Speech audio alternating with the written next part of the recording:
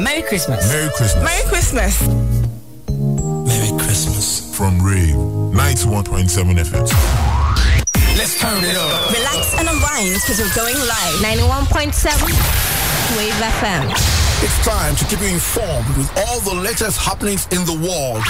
This is the world news on Rave 91.7 FM.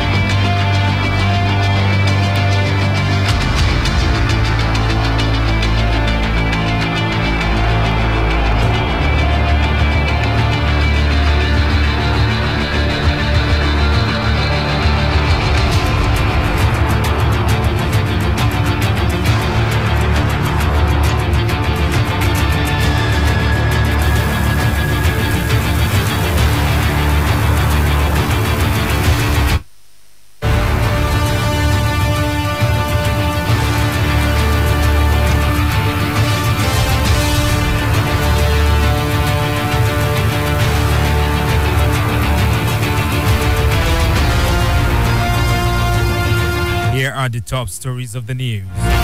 Court declares name State of Osun illegal. Suicide bomber kills 15 at police academy in Somalia's capital. In the United Kingdom, London holds memorial for Grenfell fire victims. In the Middle East, Israel closes Gaza border crossings after Palestinian rocket strikes. Good afternoon and welcome to the World News on Rave 91.7 FM. My name is Beevan Magoni. Now the details.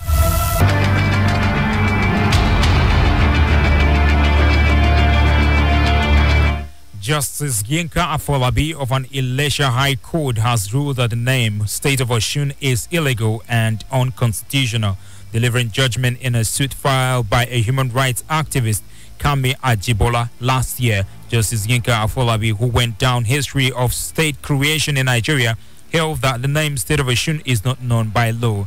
We will bring you more details in our subsequent bulletins. Meanwhile, Nigerians have been called upon to work together with government in achieving a better society in the country rather than relying solely on government projects. Managing Director, Springtime Development Foundation, Dr. Samuel Oyalabo, made the call in an address to journalists after the foundation donated 6 sewing machines and computer gadgets to inmates at the Medium Security Service in Ile-Ife. At the event, Dr. Oyalabo charged other organizations and the society in general to emulate such gestures by assisting the less privileged in the society for the development of the country. He asserted there is need for private individuals to work hand in glove with government in creating a better society. They are positively impacted and they will forever be grateful to God, to the donor, to the development, and what we expected, we believe that Lord will do. We see clearly that we are on the right track. What the Lord expected is what we are doing. We are happy. We cannot do it all, so we are calling on them.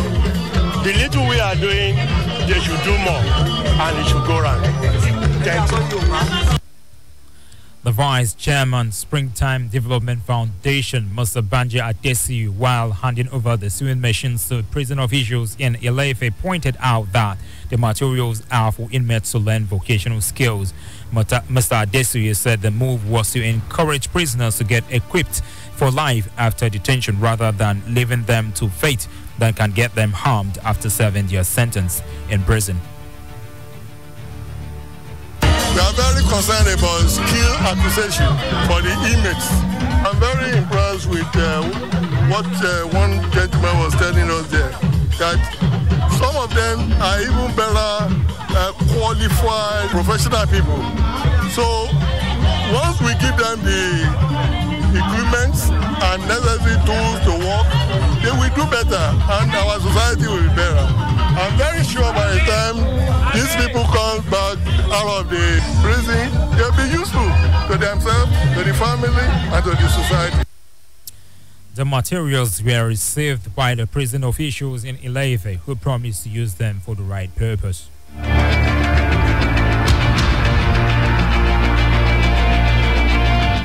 In South Africa, President Jacob Zuma has filed an appeal against the court ruling that his appointment of a state prosecutor to decide whether to reinstate corruption charges against him was not valid.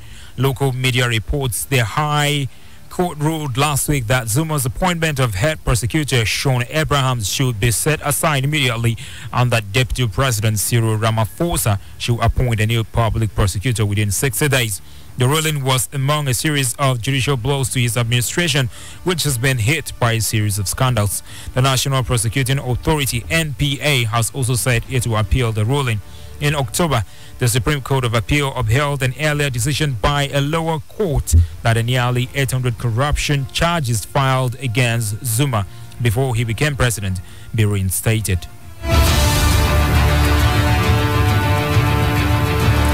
Still in Africa, a suicide bomber disguised as a policeman blew himself inside a police training camp in the country's capital of Mogadishu today and killed at least 15 officers.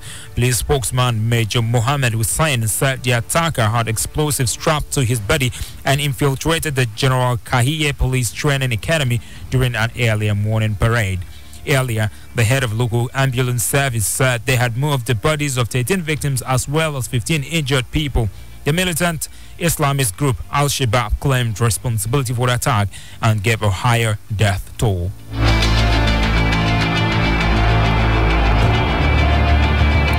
And in Europe, survivors of a fire that killed 71 people 6 months ago in the Grenfell Towers social housing block in West London will join firefighters and members of the royal family at a national memorial service at St. Paul's Cathedral today.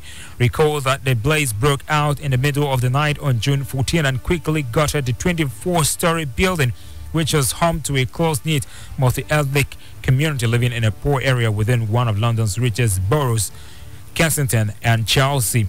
Sources disclosed the disaster profoundly shocked Britain, highlighting extreme disparities in living conditions between rich and poor.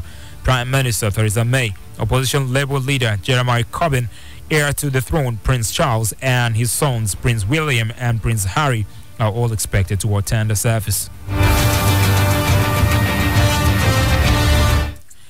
Meanwhile, Theresa May is due at a summit in Brussels hours after Conservative rebels in the Commons defeated the government in a key Brexit vote. Reports confirmed members of Parliament backed an amendment giving them a legal guarantee of a vote on the final Brexit deal struck with Brussels. One rebel, Stephen Hammond, was sacked by the Prime Minister as a party vice chairman in the aftermath of the vote. Other EU member states could decide to move forward to trade talks with the UK at their two-day summit. The negotiations are first expected to focus on agreeing a temporary arrangement that would begin as soon as the UK leaves the EU in March 2019.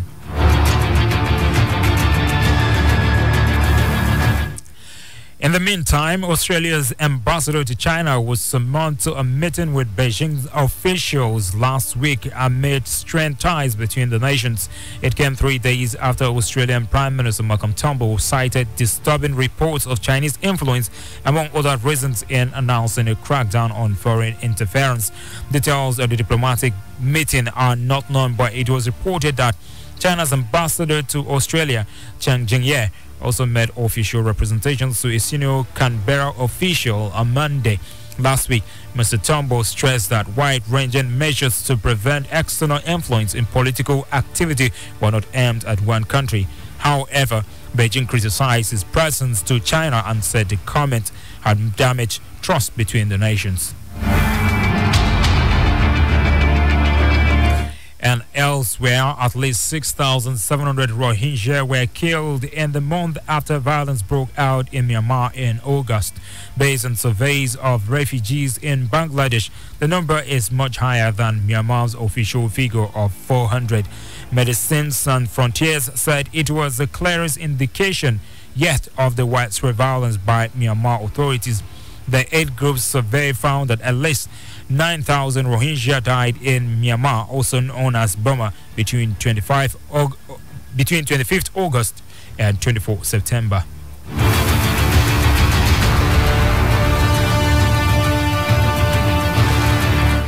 China accused the United States today of interfering in its internal affairs and said it had lodged a complaint after U.S. President Donald Trump signed into law an act laying the groundwork for possible U.S. Navy visit to self-rule Taiwan. Investigation revealed that tensions have risen in recent days after a senior Chinese diplomat threatened China would invade Taiwan if any U.S. warships made port visits to the island, which China claims as its own territory. On Monday, Chinese jets carried out island encirclement patrols around Taiwan, while on Tuesday, Trump signed into law the National Defense Authorization Act for the 2018 fiscal year, which authorizes the possibility of mutual visits by Navy vessels between Taiwan and the United States. Such visits will be the first since the United States ended formal diplomatic relations with Taiwan in 1979 and established ties with Beijing.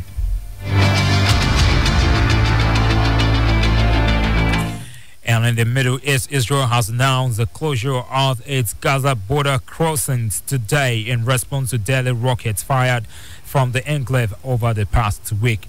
This comes after U.S. President Donald Trump's recognition of Jerusalem as Israel's capital stoked Palestinian anger. Israel's military said that Israeli aircraft struck 3 facilities belonging to Hamas before dawn today after the latest rocket attacks. It said it targeted training camps and weapons storage compounds. Hamas usually evacuates such facilities when border tensions spike. Reports say 2 of the rockets fired by militants were intercepted by Israel's Iron Dome anti-missile system, and a third exploded in an open area. There were no reports of casualties on either side of the frontier. And now for business news. Welcome to Business News. The Debt Management Office said it was set to issue green bonds worth 10.69 billion naira to finance some aspects of the 2017 budget. According to the DMO, the green bond is being issued following Nigeria's endorsement of the Paris Agreement on Climate Change on September 21, 2016. The agreement aims to strengthen the global response to the threat of climate climate change. The DMO said in a statement made available to newsmen in Abuja that the green bond proceeds will be used to finance projects in the 2017 Appropriation Act that have been certified as green because of their positive effect on the environment.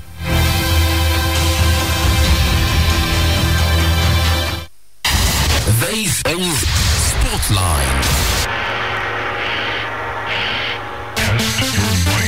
And welcome to sports. Arsene Wenger has refused to give up on the Premier League title despite a goalless draw at West Ham United that left Arsenal 19 points adrift of leaders Manchester City.